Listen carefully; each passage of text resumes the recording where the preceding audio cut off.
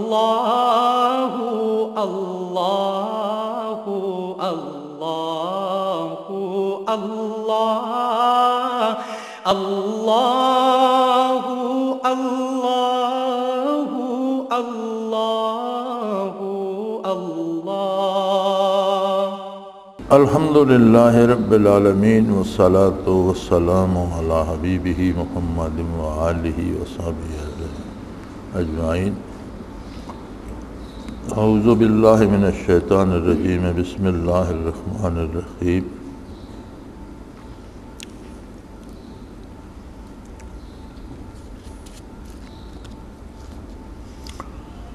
قولہ تعالی خذھا ولا تخف، ارشاد ہوا کہ اس کو پکڑ لو اور ڈرو نہیں۔ موسیٰ علیہ السلام نے جب عصا پھینکا تو اژدہا بن گیا، اور موسیٰ علیہ السلام اس سے ڈر گئے، بلکہ ایک جگہ قرآن کریم میں ہے کہ واپس بھاگے اسے دیکھ کر جان بچانے کے لیے۔ تو ارشاد ہوا کہ میرے محبوب میرے پاس آ کر ڈرا نہیں کرتے، اور یہ آپ کا معجزہ ہے، آپ اسے پکڑ لیں لاٹھی بن جائے گا۔ سنعیدھا سیرتھا الاولیٰ، آپ پکڑ لیں ہم اسے پھر پہلے جیسی لاٹھی بنا دیں گے۔ فرماتے ہیں اس میں دلالت ہے کہ امور طبیعہ کاملین میں بھی رہتے ہیں، چنانچہ موسیٰ علیہ السلام کو طبی خوف پیدا ہوا۔ بڑی عجیب بات ہے، ہمارے ہاں ایک غلط نظریہ پیدا ہو گیا ہے کہ انبیاء علیہ السلام جو ہیں وہ مافوق الفطرت مخلوق ہوتی ہے، انہیں کوئی گرمی سردی نہیں لگتی، انہیں کوئی دکھ تکلیف نہیں ہوتی، اس لیے وہ فریضہ نبوت انجام دینے میں بے باک ہوتے ہیں۔ ایسی بات نہیں ہے، انبیاء علیہ السلام بھی انسان ہوتے ہیں، کوئی انہیں چوٹ لگاتا ہے تو انہیں بھی دکھ ہوتا ہے، کوئی ان کے سامنے توہین آمیز گفتگو کرتا ہے یا ان کی توہین کرتا ہے تو انہیں بھی دکھ ہوتا ہے، وہ محسوس کرتے ہیں، کوئی انہیں جان سے مارنے کی دھمکی دیتا ہے یا کوئی ان کے قتل کی کوشش کرتا ہے، تو فطری انسانی جذبات جو ہیں وہ ان میں بھی ہوتے ہیں۔ اور یہی کمال ہے انبیاء علیہ السلام کا کہ غیر نبی شاید حالات سے ڈر کر فطری اور طبعی خوف کی وجہ سے کام سے رک جائے، انبیاء اس سارے دکھ کو سہ کر کام بڑھاتے چلے جاتے ہیں، رکتے نہیں۔ خطرہ ڈر انہیں بھی محسوس ہوتا ہے، لیکن اس ڈر کی وجہ سے تبلیغ چھوڑتے نہیں، احکام الہی سے منہ نہیں موڑتے۔ کمال یہ ہے۔ اور اگر یہ مانا جائے جیسا کہ آج کل رواج ہے، مجھے دو بڑے لمبے اور بڑے سخت خطوط آئے، ایک آیا ایک ہفتے بعد، میں نے جواب نہیں دیا۔ میری عادت ہے کسی کا خط میں کوئی بات قابل جواب ہو تو 2 جملوں میں جواب لکھ دیتا ہوں، زیادہ طوالت چاہیے تو میں جواب مکمل لکھتا ہوں، جو قابل جواب لو میں جواب نہیں دیتا۔ تو اکثریت تو یہ ہوتی ہے مجھے جادو ہو گیا، مجھے اس کا کیا جواب ہے، بیٹا بیمار ہے، بہو ناراض ہو گئی، سسر گالیاں دیتا ہے، اب اس کا بندہ کیا جواب لکھے۔ ہر گھر میں شورشیں ہوتی ہیں، ہر کسی کو چاہیے اپنے حالات کے مطابق درست کرے۔ تو 2 بڑے لمبے لمبے خط آئے سورہ آخری صورتوں کے متعلق کہ نبی کریم صلی اللہ علیہ وآلہ وسلم پر عاصم بن لبید یہودی نے جادو کرنے کی کوشش کی اور حضور کے بال مبارک لے کر ایک کنگھی میں گرہ لگا کر ایک اندھے کنویں میں پھینک دی۔ تو جو فطری انسانی طبیعت تھی حضور کی، تو آپ کو سر میں کچھ گرانی محسوس ہوئی، تو اللہ کریم نے بذریعہ وحی اطلاع دی کہ یہ یہودی نے جادو کرنے کی کوشش کی ہے، آپ کسی کو اس میں کنویں میں اتارے، وہ کنگھی مل جائے گی۔ حالانکہ کنویں سے کنگھی کا ملنا بھی ممکن نہیں تھا، لیکن یہ بھی معجزہ ہے اور حکم الہی تھا۔ آپ نے خادم کو کنویں میں اتارا، وہ کنگھی نکال لائے۔ وہ سورہ فلق اور سورہ ناس نازل ہوئیں کہ آپ ایک ایک آیت پڑھتے جائیں گے تو ایک ایک گرہ کھلتی جائے گی۔ چنانچہ حضور ایک ایک آیت تلاوت فرماتے گئے اور ایک ایک گرہ کھلتی گئی، اتنی ہی گرہیں تھیں جتنی ان 2 سورتوں کی آیات ہیں، تو وہ ختم ہو گئی۔ اب اس میں 2 طرح کے لوگ ہیں۔ کچھ نے تو کہا جادو برحق ہے، حالانکہ جادو شرک ہے، کفر ہے، ظلم ہے، برحق نہیں ہے۔ ایک کوشش ہے، پتھر ماریں چوٹ لگتی ہے، اب کیا کہیں کہ یہ برحق ہے، ایک فطری نظام ہے۔ تو جادو شیطانی عملیات ہوتے ہیں، لیکن یہ بتایا یہ گیا کہ اگر کوئی جادو کرتا ہے تو اس کا رد کیا ہے۔ اس کا رد یہ ہے کہ آپ اللہ اللہ کریں، اور جادو کا شبہ ہے تو آخری 2 سورتیں پڑھ لیا کریں، ہر نماز کے ساتھ 3 دفعہ پڑھ لیں، پڑھ کر اپنے اوپر پھونک دیں، کسی پر شبہ ہے اس پر کر دیں۔ تو ان صورتوں میں جادو کو برحق نہیں کہا گیا، بلکہ جادو کا علاج بتایا گیا ہے۔ جادو بھی من جملہ، جس طرح کو ہم کسی کو گولی مارتے ہیں، کسی پر پتھر پھینکتے ہیں، کسی کو لاٹھی مارتے ہیں، اسی طرح کی ایک حرکت ہے جس میں شیاطین کوشش کرتے ہیں، پہلے تو جادوگروں سے کفریہ کلمات پڑھواتے ہیں، ان کا ایمان ضائع کرتے ہیں، پھر وہ ممکن کوشش کرتے ہیں کہ اس کا کچھ نہ کچھ اثر ہو۔ حضور اکرم صلی اللہ علیہ وسلم نے کیوں محسوس فرمایا؟ آپ کا وجود عالی تو پاکیزہ ترین اور لطیف ترین وجود مبارک تھا، جو بالائے عرش بھی تشریف لے گیا۔ تو یہ تعلیم امت کے لیے تھا، ہمیں سکھانے کے لیے تھا کہ ایسا ہو سکتا ہے، اور اس کا رد اللہ کی یاد ہے، اللہ کا ذکر ہے، قرآن ہے، قرآنی آیات ہیں، اور قرآن اور قرآنی آیات کا اثر لینے کے لیے ایمان کا درست ہونا شرط ہے، عقیدہ صحیح ہو، عمل میں کوشاں ہو، اور رزق حلال اور طیب کھائے۔ اگر حرام کھائے گا تو شیطان کے پکڑنے کی بہت سی جگہیں بن جائیں گی، چونکہ جو گوشت حرام سے بنتا ہے، حضور نے فرمایا النار اولی بہ نبت من السحت، گوشت کا جو حصہ حرام غذا سے بنتا ہے اس کا انجام دوزخی ہے، اس کے لیے آگ ہی مناسب ہے۔ النار اولی بہ، سب سے بہتر آگ ہے اس کے لیے۔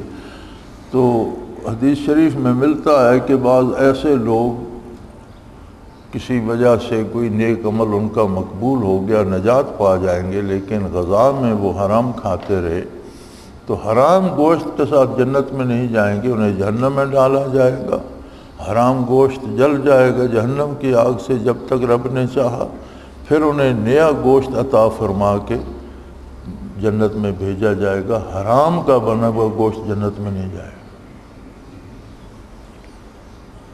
تو اگر ہم کھانے پینے میں حلال رکھیں، پاکیزہ خوراک رکھیں، باقاعدہ پنجگانہ صلاۃ کی ادائیگی ہو، درود شریف پڑھیں، ذکر کریں، تو اللہ شیاطین سے حفاظت فرماتے ہیں۔ لیکن بتقاضائے بشریت کبھی کوئی تکلیف ہو جائے تو اس کا علاج ہے۔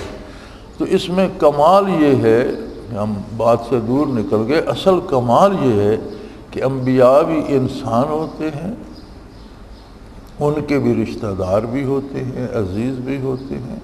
نبی کریم صلی اللہ علیہ وسلم کے صاحبزادے حضرت ابراہیم کا وصال ہوا تو آپ کی گود مبارک میں تھے، اور اشک مبارک رواں تھے۔ تو عرض کیے گیا یا رسول اللہ، آپ کی چشم مبارک سے اشک رواں ہے؟ فرمایا یہ شفقت پدری ہے، یعنی وہ انسانی طبی محسوسات انبیاء میں بھی ہوتی ہیں۔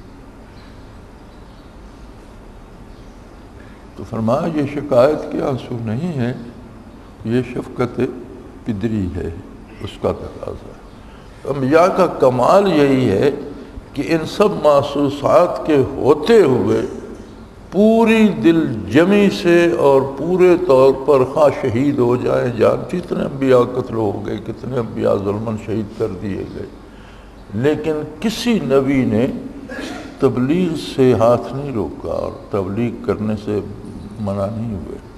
حکمرانوں نے کوشش کی، بادشاہوں نے مخالفت کی، آگ میں ڈالے گئے، شہید کر دیے گئے، تکلیفیں دی گئیں، ایذائیں دی گئیں، لیکن اور یہی کمال ہے، اگر ہوئی ما فوق الفطرت اور کچھ محسوس ہی نہ ہوتا انہیں ڈر، خوف، درد وغیرہ، تو پھر تو کرتے رہے۔ تو یہاں فرماتے ہیں خذھا ولا تخف، کہ پکڑ لو اور ڈرو نہیں۔ اس میں دلالت ہے کہ امور طبیعہ کاملین میں بھی رہتے ہیں، بڑے سے بڑے جو کامل اہل اللہ ہوتے ہیں وہ بھی انسان ہوتے ہیں، دکھ سکھ محسوس کرتے ہیں، گرمی دھوپ انہیں بھی ستاتی ہے، بھوک انہیں بھی لگتی ہے، لیکن وہ حرام کی طرف نہیں جاتے، ضرورت مند ہوتے ہیں، غیر اللہ کے در پہ نہیں جاتے۔ قولہ تعالی رب اشرح لی،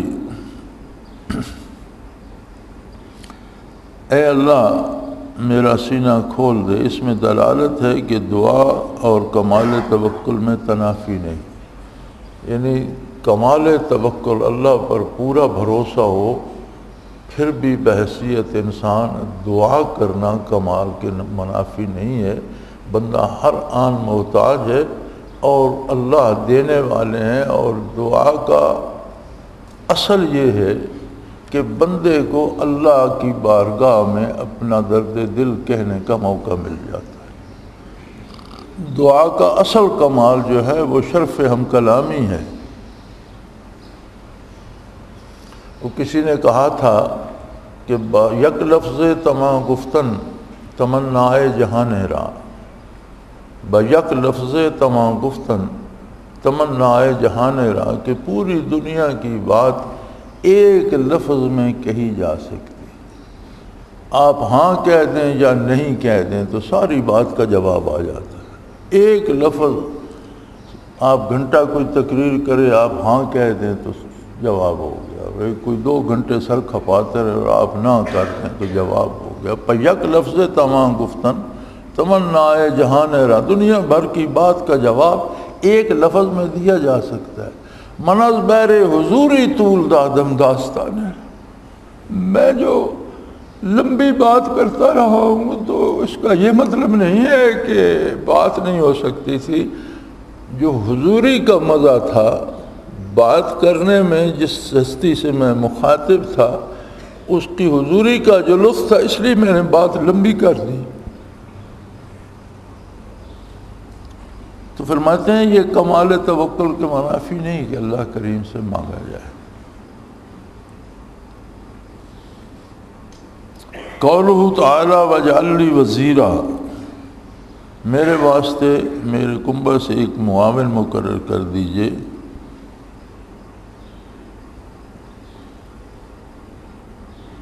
تو فرمایا اس میں بھی وہی بات ہے کہ یہ اسباب کو اختیار کرنا توکل کے خلاف نہیں ہے۔ وزیر، وزر کہتے ہیں بوجھ کو، وزیر کہتے ہیں بوجھ اٹھانے والا، بوجھ بانٹنے والا، ایسا کوئی معاون، ایسا کوئی نائب جو آپ کی ذمہ داریوں کا بوجھ اٹھا لے۔ اسی لیے یہ حکومت کے جو وزراء ہوتے ہیں ان کو وزیر کہتے ہیں کہ حکومت کی ذمہ داریاں بانٹ لیتے ہیں، لیکن اس کا معنی بوجھ اٹھانے والا کا معنی گدھا بھی ہوتا ہے۔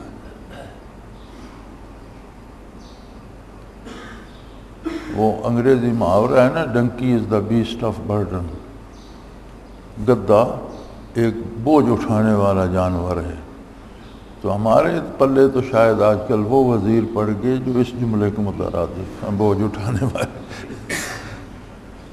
تو اس کا اصل مفہوم ہوتا ہے ذمہ داریاں بانٹنے والا معاون۔ تو فرمایا موسیٰ علیہ السلام اولو العزم رسول تھے، صاحب کتاب تھے، ان پر کتاب نازل ہوئی، انہیں مکالمہ الہی کا شرف نصیب ہوا، تو انہوں نے بھی اپنا معاون اللہ کریم سے مانگ لیا۔ تو اسباب دنیا کو اختیار کرنا توکل کے منافی نہیں ہے۔ یہ بڑا نازک سا مسئلہ ہے کہ اسباب اختیار کرنا توکل کے منافی نہیں، لیکن اسباب پر بھروسہ کرنا توکل کے منافی۔ یہ بڑی عجیب بات ہے، بڑا نازک سا معاملہ ہے کہ اسباب اختیار کرے، بھروسہ اللہ پر ہو، اللہ سے دعا کرے کہ رب العالمین تیرا حکم تھا سبب اختیار کرنے کا، میں نے تیری اطاعت کی، اسباب اب نتائج تیرے دست قدرت میں۔ قولہ تعالیٰ کہ نسبحک کثیرا، تاکہ ہم دونوں خوب کثرت سے آپ کی پاکی بیان کریں۔ اس میں دلالت ہے اس پر کہ اکابر کا قصد اسباب سے دین اور استعانت فی الدین ہی ہوتا ہے۔ فرماتے ہیں اس میں انہوں نے فرمایا کہ آپ انہیں میرے بھائی کو میرا معاون کر دیجئے تاکہ ہم دونوں کثرت سے آپ کی پاکی بیان کریں، کثرت سے آپ کا ذکر کریں، کثرت سے آپ کو یاد کریں۔ تو اسباب بھی اہل اللہ جو اختیار کرتے ہیں ان کا نتیجہ بھی دین میں تعاون اور دین کے نفاذ میں تعاون ہوتا ہے۔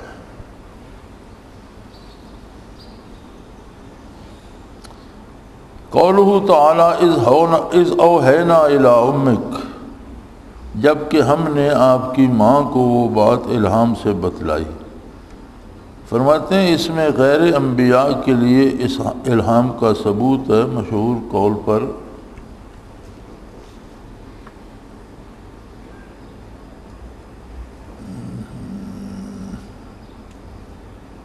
پتہ نہیں آگے کدھر گیا، گم ہو گیا، کہیں لکھا تو ہوگا۔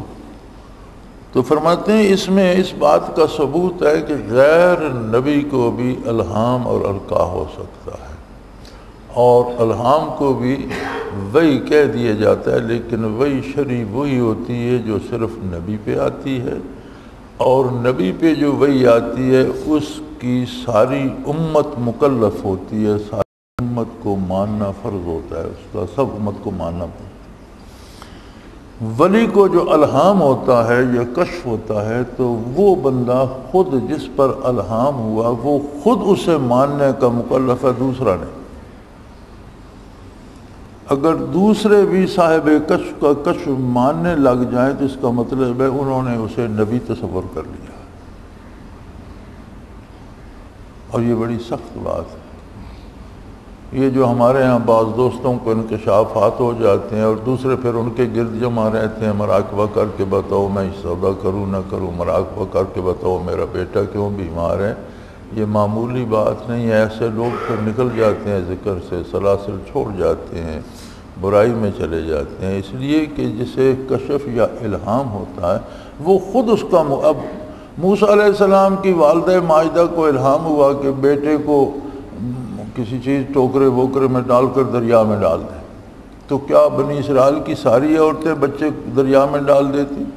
ان کے علاوہ جو بھی ڈالتی اس کا بچہ اگر کہ دریا ہو جاتا، مچھلیاں کھا جاتی، ڈوب جاتا۔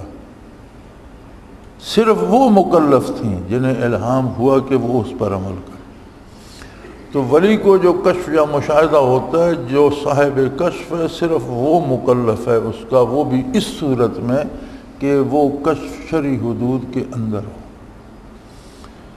اگر کسی شرعی حکم کے خلاف کشف ہو تو اس کا مطلب ہے کہ اسے کشف میں غلطی لگ رہی ہے، کیونکہ نبی علیہ السلام کو، کسی بھی نبی کو غلطی نہیں لگتی، جو ارشاد نبوی ہے وہ صحیح ہے، کسی کو اس کے خلاف کشف ہوتا ہے تو یہ غلطی، اس کو غلطی لگ رہی ہے، اسے اس سے توبہ کرنی چاہیے، اس پر عمل نہیں ہوگا۔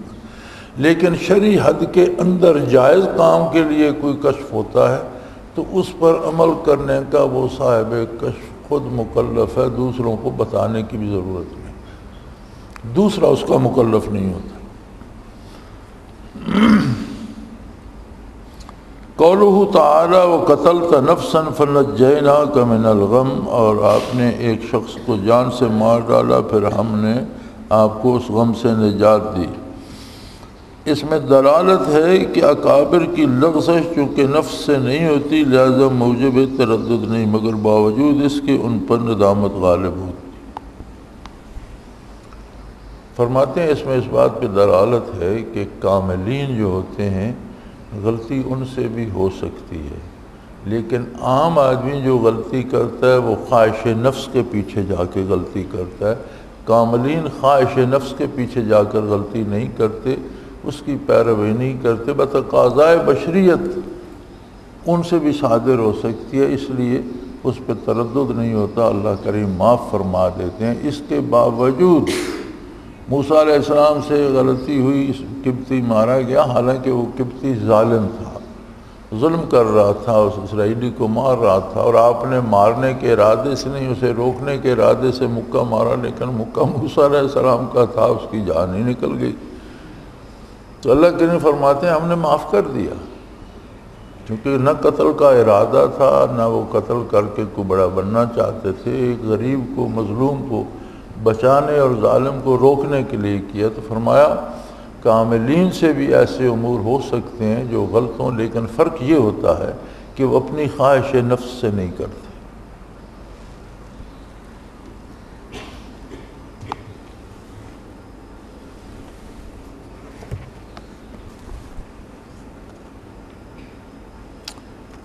وقولہ تعالی وَأَلْقَيْتَ عَلَيْكَ مُحَبَّةً مِّنِّي، اور میں نے آپ پر اپنی طرف سے اثر محبت ڈال دیا،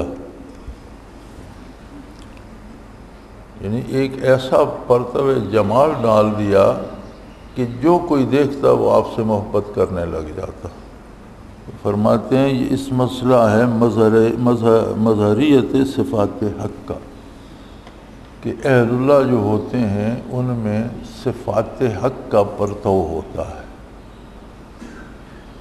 جلالت دیکھیں تو وہ کسی سے کچھ نہ کہیں تو بھی لوگ ڈرتے رہتے ہیں، وہ بندے کی ہیبت نہیں ہوتی، ہیبت الہیہ کا پرتو ہوتا ہے، جو اس بندے کے دل پہ انوارات آ رہے ہوتے ہیں، ان کی وجہ سے لوگ اس سے خوفزدہ ڈرتے بھی ہیں۔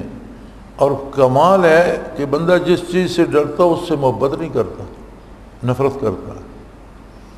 بندہ سانپ سے ڈرتا ہے، شیر سے، درندے سے، ڈاکو سے ڈرتا ہے تو اس سے محبت تو نہیں کر سکتا، لیکن اہل اللہ میں پرتو صفات ربانی اور پرتو جمال الہی ہوتا ہے تو ان سے لوگ ڈرتے بھی ہیں اور پھر محبت بھی ٹوٹ کر کرتے ہیں۔ کمال یہ ہے کہ پرتو جمال میں محبت کی صفت جو ہے اس کا پرتو بھی ہوتا ہے، اور یہ بڑی عجیب بات ہے کہ یک وقت لوگ ان سے ہیبت زدہ بھی رہتے ہیں، بات نہیں کر سکتے، زبان کھولتے ہوئے ڈرتے ہیں، اور اسی وقت ان سے محبت بھی کر رہے ہوتے ہیں، جان دینے کو بھی تیار ہوتے ہیں۔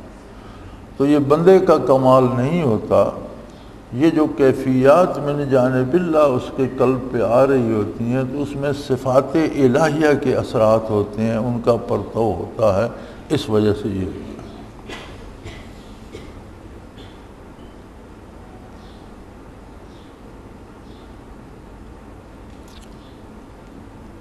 اذهب انت واخوک بآیاتی ولا تنیا فی ذکری، آپ اور آپ کے بھائی دونوں میری نشانیاں لے کر جاؤ اور میری یادگاری میں سستی نہ کرنا۔ اس قول کی برکت فی التعلیم کے شرائط میں سے ہے کہ معلم خود بھی ذکر میں مشغول ہو۔ فرماتے ہیں موسیٰ اور ہارون علیہ السلام دونوں بھائیوں کو ارشاد ہوا اذهب انت واخوک بآیاتی، آپ اور آپ کے بھائی دونوں میری آیات، میرے دلائل، میرے معجزات عطا کردہ جو ہے ان کے ساتھ تشریف لے جائیں فرعون کے دربار میں۔ ولا تنیا فی ذکری، اس کا مفہوم کیسے واضح ہوگا؟ کیونکہ فرعون کے دربار میں جب انہوں نے جانا ہے تو فرعون کا دربار کوئی معمولی دربار نہیں تھا، بہت بڑا جابر حکمران تھا۔ ان فرعون علا فی الارض، دنیا میں بہت بڑا متکبر، بہت بڑا جابر، بہت بڑا ظالم، اور پھر اس کے لاؤ لشکر اور پھر سونے چاندی کے کڑے اور دربار کی سجاوٹ اور ہیبت اور وہ سارا کچھ تھا، اور وہ خود خدا کہلواتا تھا، لوگوں سے سجدے کرواتا تھا۔ اب اس خدا کو جا کر کہنا کہ تم بندے بن جاؤ، تم اللہ نہیں ہو، الہ معبود برحق کوئی اور ہے، اور تم توبہ کرو، اور بھئی آسان کام تو نہیں تھا۔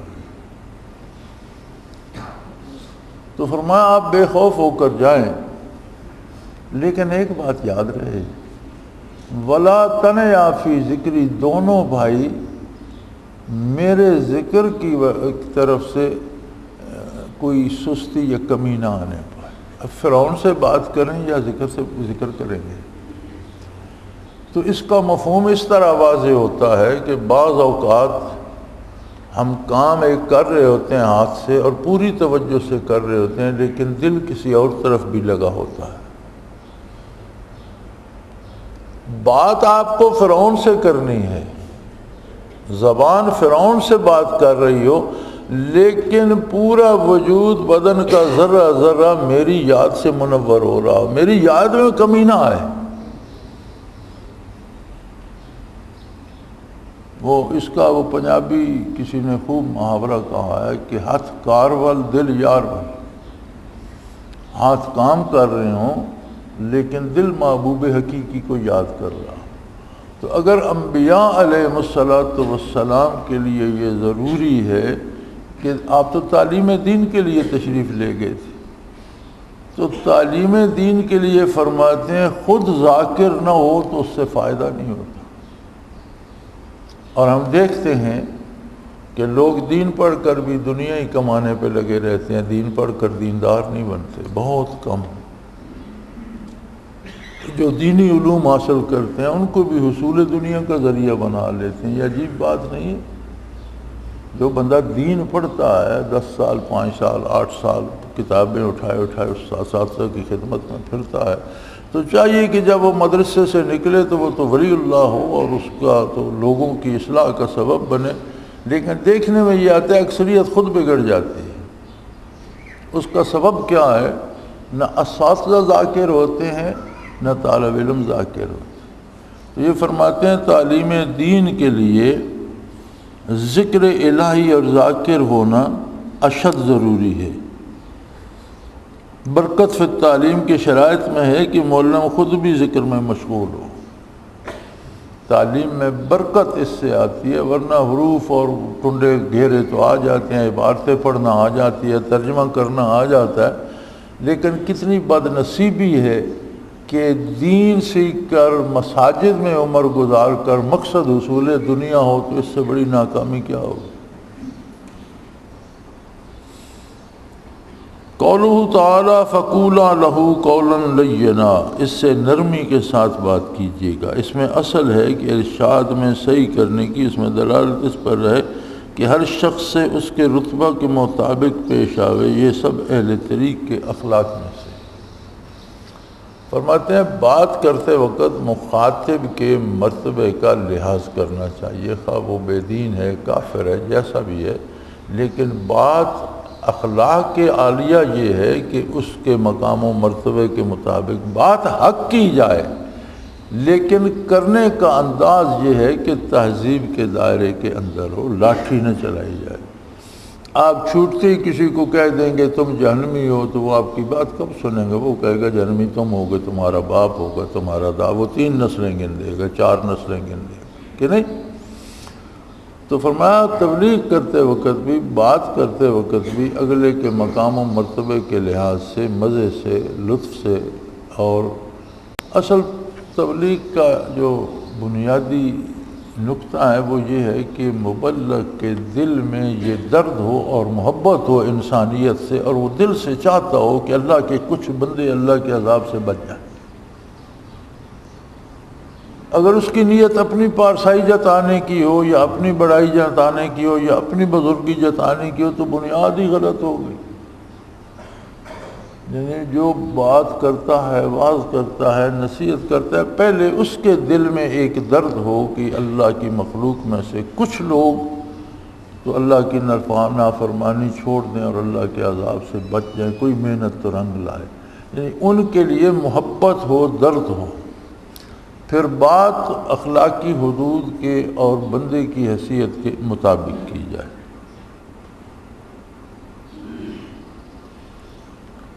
قولہ تعالی قال ربنا اننا نخاف الی قولہ تعالی قال لا تخافا، دونوں نے عرض کیا کہ اے پروردگار ہم کو اندیشہ ہے کہ ہم پر زیادتی نہ کر بیٹھے، یا یہ کہ زیادہ شرارت نہ کرنے لگے۔ ارشاد ہوا کہ اندیشہ نہ کریں۔ فرماتے ہیں یہ بھی وہی مسئلہ ہے جو پہلے گزر چکا کہ لا تخف خذھا ولا تخف، یعنی جو فطری اندیشے ہیں وہ کاملین پہ بھی ہوتے ہیں۔ دونوں بھائی اللہ کے نبی ہیں لیکن عرض کر رہے ہیں کہ یا اللہ ہم آپ کا پیغام لے کر فرعون کے دربار میں تو جائیں گے، لیکن ڈر یہ ہے کہ بڑا متکبر، بڑا طاقتور، بڑے لو لشکر والا ایک عظیم شہنشاہ ہے، خدائی دعویٰ کیے بیٹھا ہے، تو ایسا نہ ہو کہ ہماری بات سننے سے پہلے ہی ہماری گردن اڑانے کا حکم دے دے، وہ تو بڑا ظالم ہے، اور پھر بات بالکل ہی اس کے سارے تصورات کے بالکل ہی خلاف ہے۔ اسے خدائی سے اتار کر عام آدمی کی سطح پہ لانا کوئی معمولی بات نہیں ہے، اسے جا کر یہ کہنا کہ تم ایک عاجز بندے ہو، تو وہ یہ بات سن کر بھڑک اٹھے، قتل کرا دے، قید کرا دے، بات سنے ہی نہیں، کسی کو بات سننے کی اجازت ہی نہ دے، تو یہ وہ جو انسانی فطری تقاضے ہوتے ہیں وہ ان انبیاء میں بھی تھے۔ اللہ نے فرمایا ڈرنے کی ضرورت نہیں ہے، میں سنبھال لوں گا، آپ تشریف لے جاؤ۔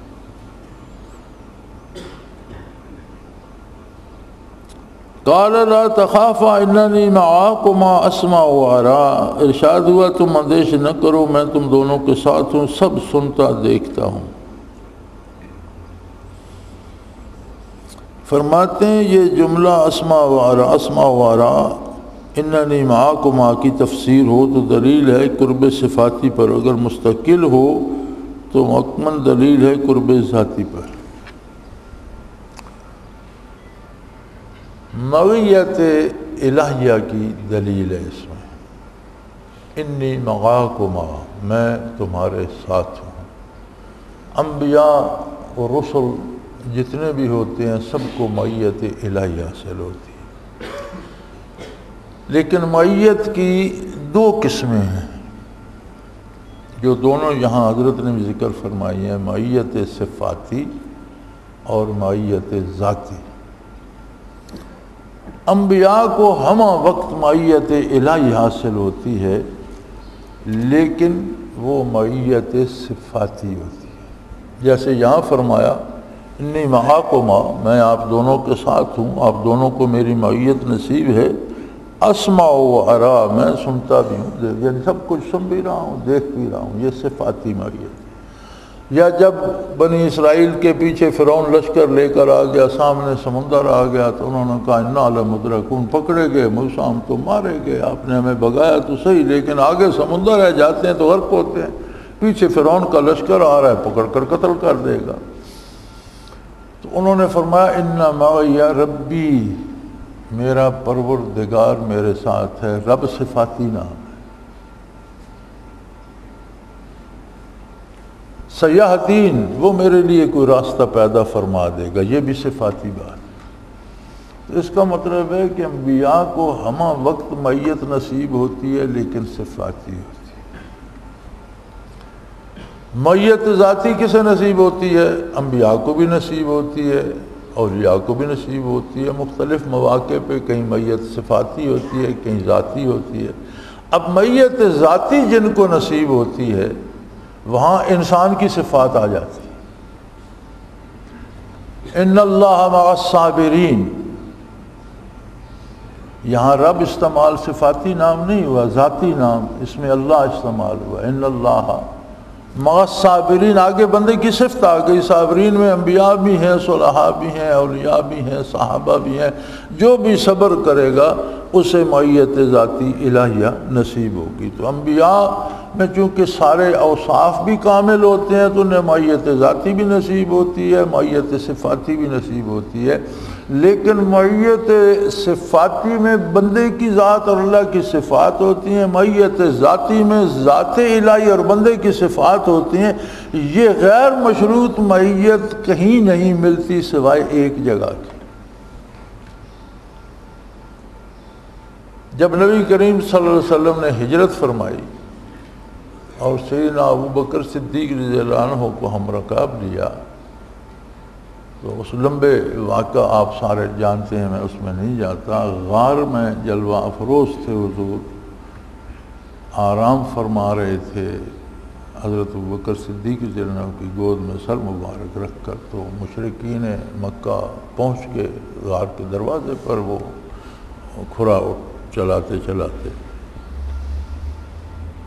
سبحان اللہ، مقصود کائنات کو بچانا مقصود تھا تو اللہ نے لشکر کون سا بھیجا، مکڑی سے کہا دروازے پہ جالا تن لو۔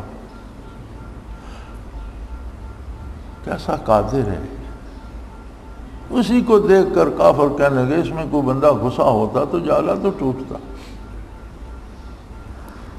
خیر اس کے علاوہ سیدنا ابوبکر صدیق بہت غمزدہ ہوئے اس خوف سے کہ یہ اگر پکڑے گئے تو حضور کو ایذا دیں گے،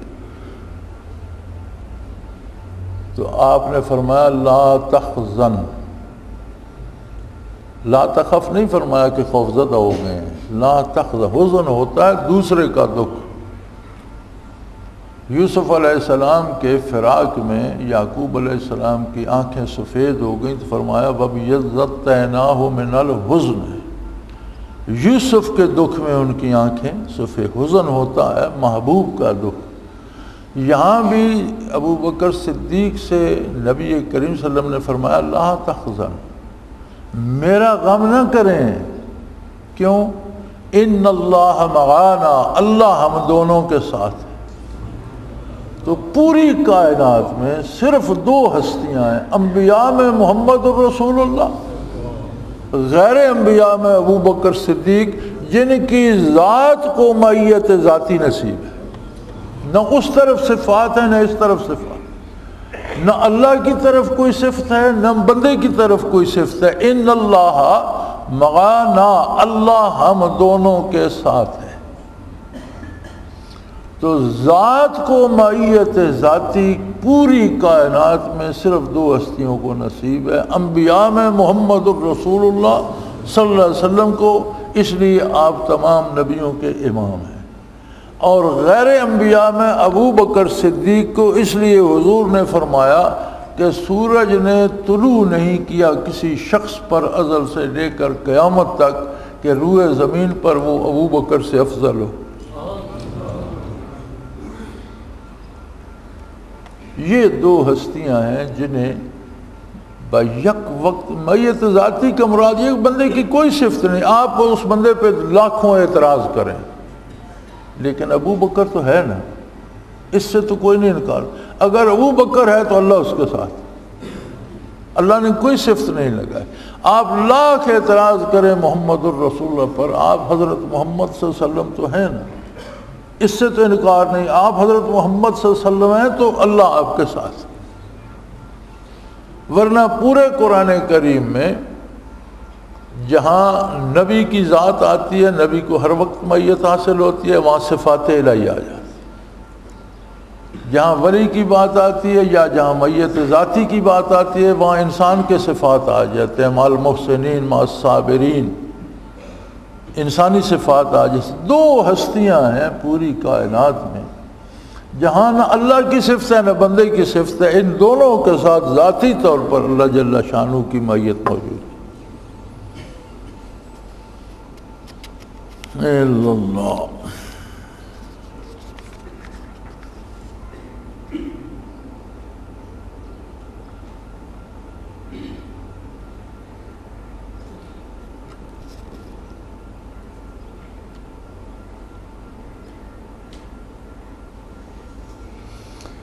ویلکم لا تفتروا، کم بختی ہو تمہاری، یہ دبا ہو جاؤ تم اللہ پر جھوٹ مت جوڑو، اللہ پر جھوٹ اپنی طرف سے جھوٹ باندھ کر اللہ کے ذمہ مت لگاؤ۔ فرماتے ہیں اس میں تنقید تو کفار پر کی گئی ہے، لیکن یہ عام قاعدہ ہے کہ کوئی جھوٹی بات اللہ کریم کے ذمہ لگانا دنیا میں سب سے بڑا جرم اور سب سے بڑا گناہ ہے۔ اچھا کافر تو لگاتے تھے، بت پرستی کرتے تھے اور کہتے تھے یہ اللہ کا حکم ہے، ہمارے آباء و اجداد نے ہمیں بتایا اللہ کا یہی حکم ہے۔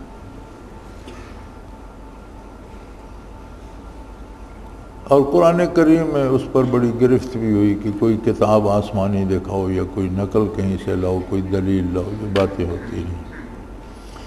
مصیبت یہ ہے کہ آج کا مسلمان اس میں گرفتار ہے۔ اب اس میں حیرت ہوتی ہے کہ مسلمان اللہ پر کیسے جھوٹ بولتا ہے، کب بول سکتا ہے، ایسی جرات کیسے کر سکتا ہے، لیکن ہم نہ جانتے ہوئے بول جاتے ہیں ایسے کام جو شرعاً ثابت نہیں کہ یہ ثواب ہے۔ کوئی ایسا کام جو سنت سے، نبی کریم صلی اللہ علیہ وسلم سے، سنت خلفائے راشدین سے، سلف صالحین سے ثابت نہیں کہ یہ کرنا ثواب ہے، اس کام کو کرنا تو گناہ، اس کو چھوڑیں۔ اگر اس کو ثواب سمجھ کر کیا جائے تو یہ اللہ پر بہتان لگانے والے۔ اب اس تناظر میں اگر ہم سوچیں تو کتنے کام ہم کرتے ہیں جن کی کوئی شرعی حیثیت نہیں، ہم سمجھتے ہیں یہ ثواب ہے،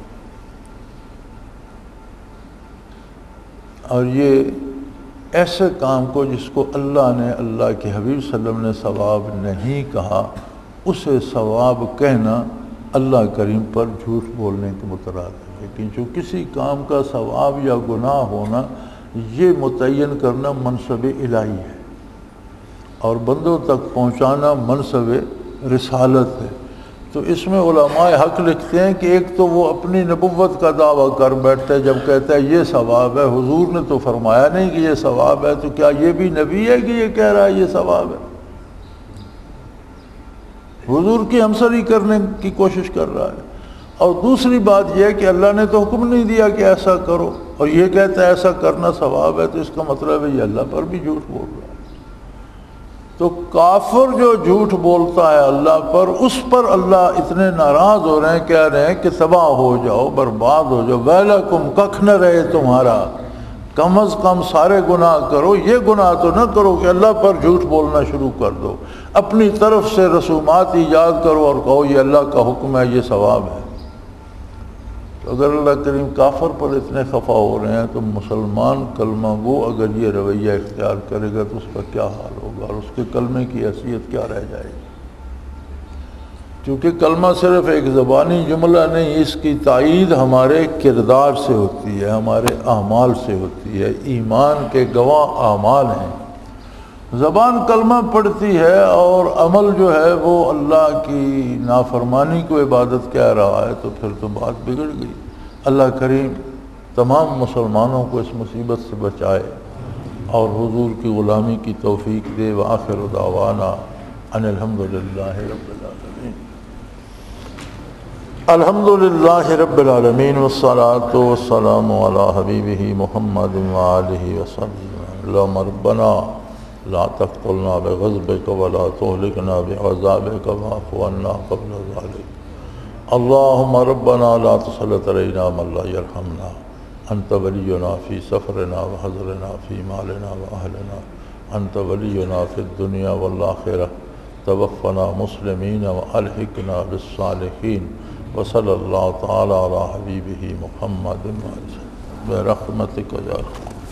اللہ اللہ اللہ اللہ اللہ اللہ اللہ اللہ۔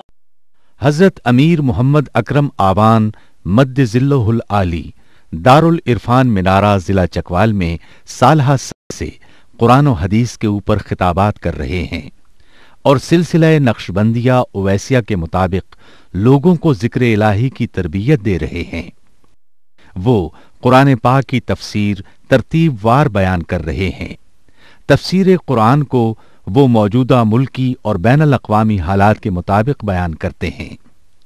موٹر وے سے کلر کہار کے انٹرچینج سے نکلتے ہوئے، کلر کہار کی جھیل سے ہوتے ہوئے، میانی، بوچھال اور نور پور سے گزرتے ہوئے دارالعرفان منارہ پہنچ سکتے ہیں۔ حضرت امیر محمد اکرم آبان نے بچیوں اور بچوں کی دینی اور دنیاوی تعلیم کے لیے سقارہ اکیڈمی کے نام سے ایک درسگاہ بھی قائم کی ہے، جس کا افتتاح ملک پاکستان کے صدر